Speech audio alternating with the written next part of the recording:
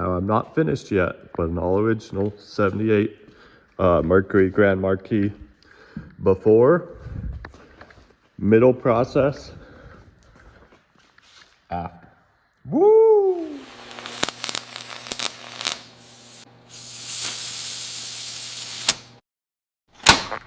Hi guys, welcome back. Would you look at this beautiful rig? Look at it. Isn't it sweet? Anyways, I just think it's sweet because it's so classic and so original and so grandpa that I love it. So it's got 60,000 miles. It's a 1978 Mercury Grand Marquis. And it is clean. Like, look at this, there ain't any rust anywhere. The worst part is the vinyl top needs to be redone. But look at this beautiful couch interior. Look at that. Ah, it's so sweet. All right, so what we're doing to it in this video is the customer asked if we could just polish it up a little bit. So he come by about a month ago and we did this little spot. I'm not gonna get crazy with it, but it is gonna be a lot of detail. So my plan is to take some 2000 grit wet and just really lightly get the oxidation off the top of everything. Mostly all of the top surfaces, and then the oxidation starts to get less and less and less the farther down you go because the sun hasn't got to it. Like you can see right here, this is blue and that's almost gray, like really light blue. So we're just gonna get the oxidation off of it and then get to buffing. So what I'm gonna do first is come in here and mask off all of this trim. I don't want to hit any of this trim with the buffer or the sandpaper. So I'll go ahead and mask all that stuff off and then start wet sanding with 2000 and yeah, have a party. So I'm gonna get started doing that stuff and I'll show you guys what it looks like partway through.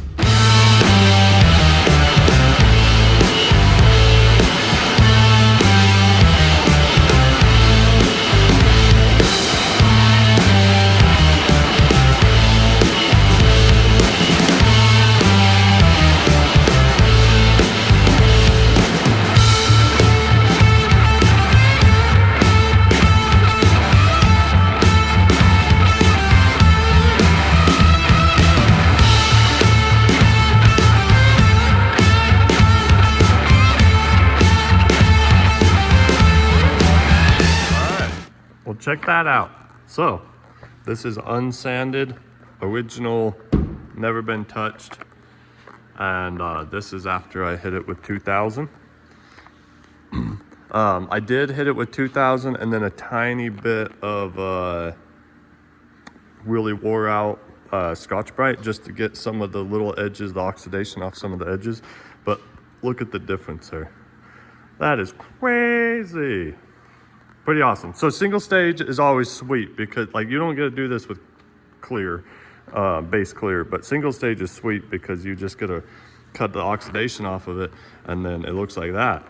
And then we buff it out and it looks 10 times better. So, yeah, I'm gonna set you guys up on a stand and show you the process here on how I do this.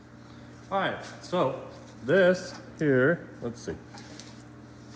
This here is just some 2000 grit and a little soft pad.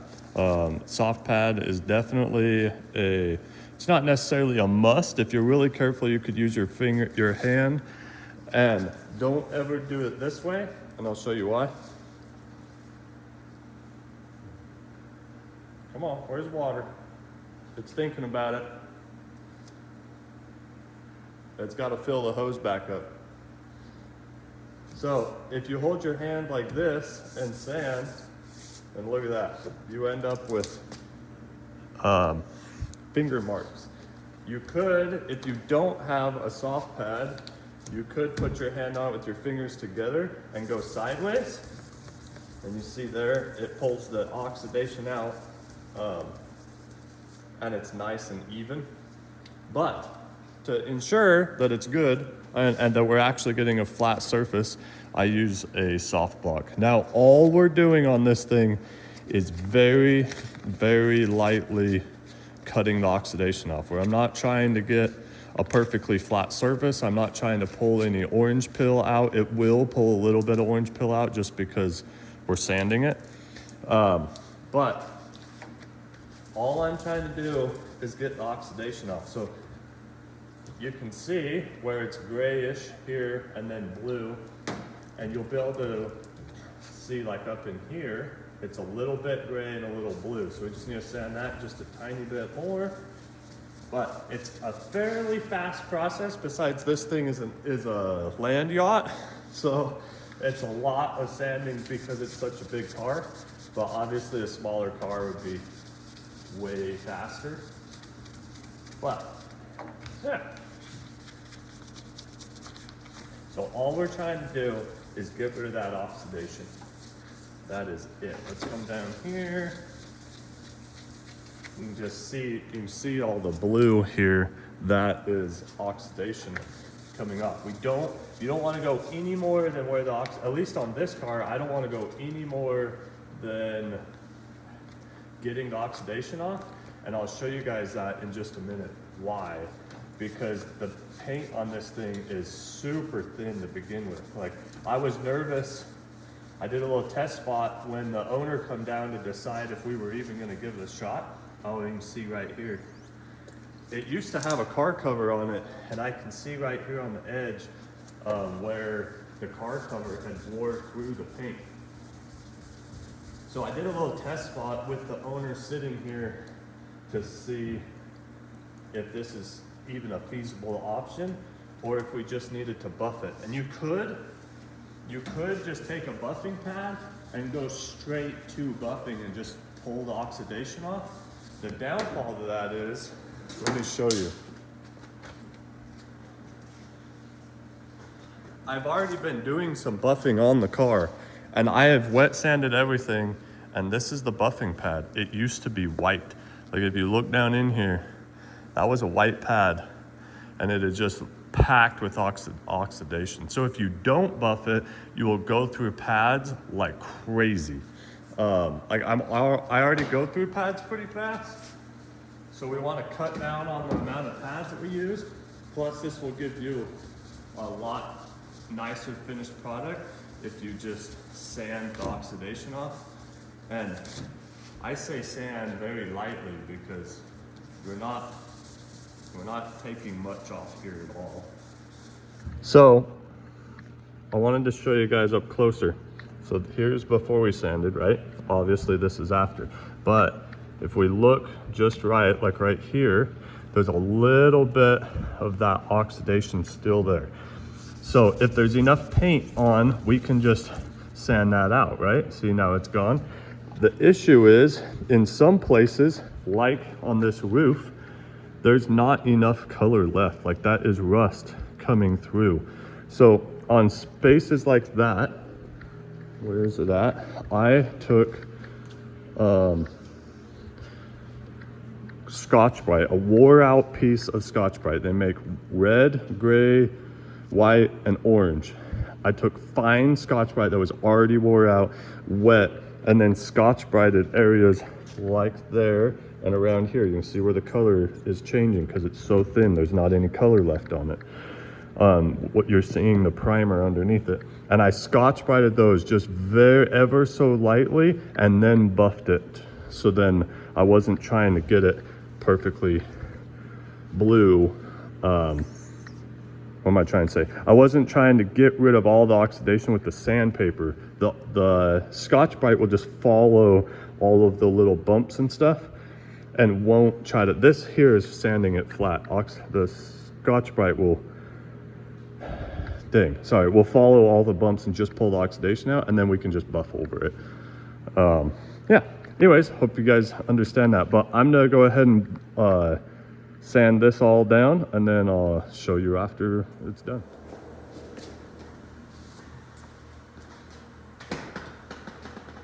All right, so we got the hood all prepped, and let me look in the camera. Yeah, you can kind of see a little bit of spots here.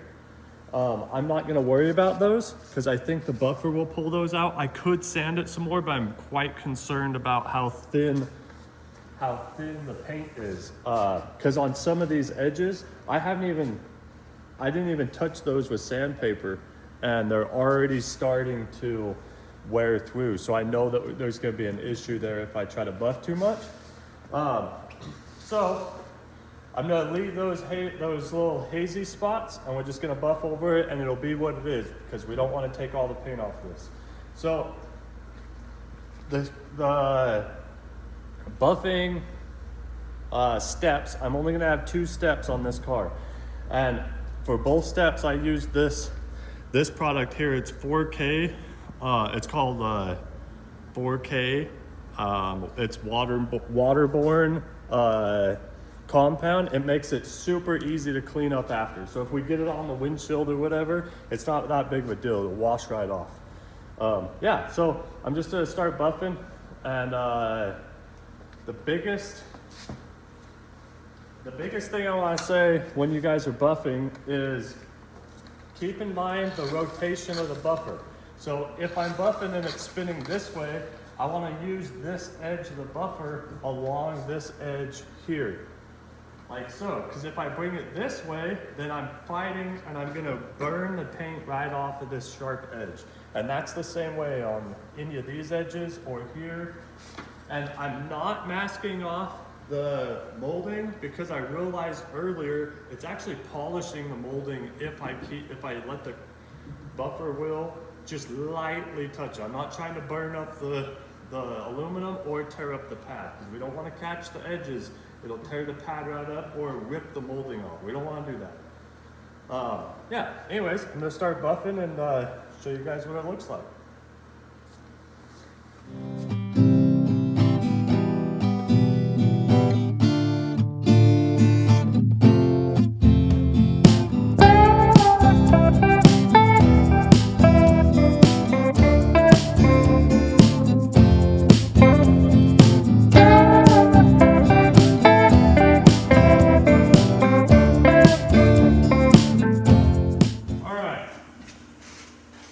So we got everything all buffed up, and then I like to take an air hose. I like to take an air nozzle and blow the whole car off, and then wipe it down one more time before I'm gonna run the polisher across it. That way all the little flurries and compound that gets thrown all over the car, it's gone and wiped off before we take the orbital to it. So for demonstration purposes, and because it really does work, I'm just going to use a Harbor Freight orbital sander / polisher and a black 6-inch pad. So if any of you guys are doing this at home, this is an affordable way to do it, and it does give pretty decent results. So all we got to do, let me tilt this back down, is I use the same compound. If you're using like Meguiar's or something, you gotta use different compound. But this 4K, which is Waterborne Technologies 4K, I can use it from a wool pad all the way to a finishing pad.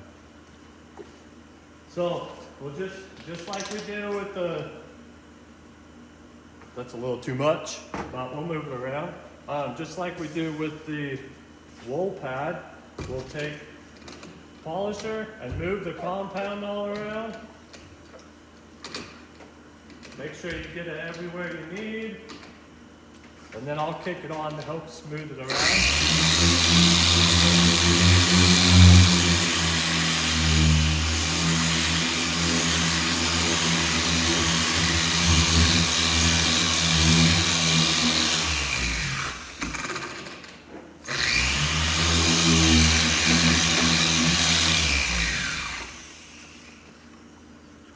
All right, so as you can see, we got compound everywhere. So now I'll just run the buffer or run the polisher down it. Try to stay away from any of the real sharp edges, just like with the wool pad. And I like to go down and just overlap it 50% on every pass. I usually do 2 passes, sometimes 3, wipe it down and call it, that's what we're gonna call it good on this one. Also, I forgot to show you guys earlier, but this is also a cheap, easy way to, this is just a 3-inch wool pat that has an adapter to go to a drill that I can get into here, like all of these kind of spots around headlights and up around emblems and stuff like that, get into the tight spots to polish this thing all up. So just wanted to show you that. But I'm gonna go ahead and polish this, and yeah, I gotta do the whole car and then we can wash it up.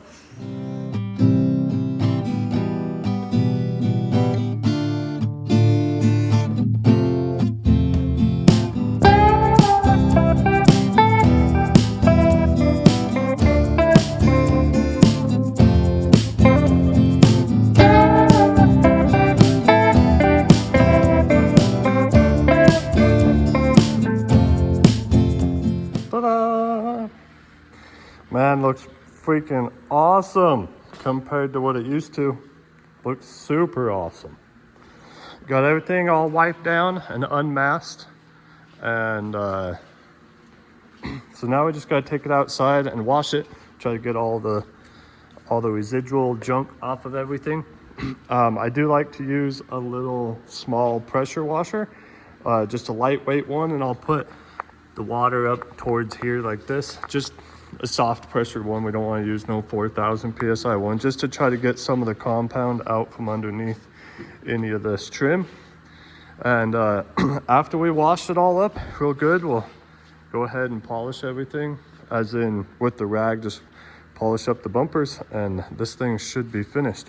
One other thing I wanted to say to you guys is, on these polishing pads, when they start getting hot, they get really gummy. So like on this car, I used 4 pads. I probably could have used 5, but I used 4 pads just on this car. You can, if you chose to let them dry up and then wash them and dry them out, you could reuse them again on the same car. But just something to know, and if you're starting to polish it with the orbital and it starts getting kind of sticky or gummy, you'll feel it. It'll be nice and smooth, and it'll start getting gummy. That's time to change your pad. Anyways, I'm gonna go wash this thing all up, and I'll show you guys what it looks like when I'm all done. All right, well, there we go. This thing is all finished up. Gotta send some pictures to the customer so he can come pick it up. Well, let me get you guys zoomed back. There we go. Look at that. The paint is definitely thin in quite a few places, but man, does it look so much better than it did before. Oh, I gotta wipe this down just a little bit better. Same with right here.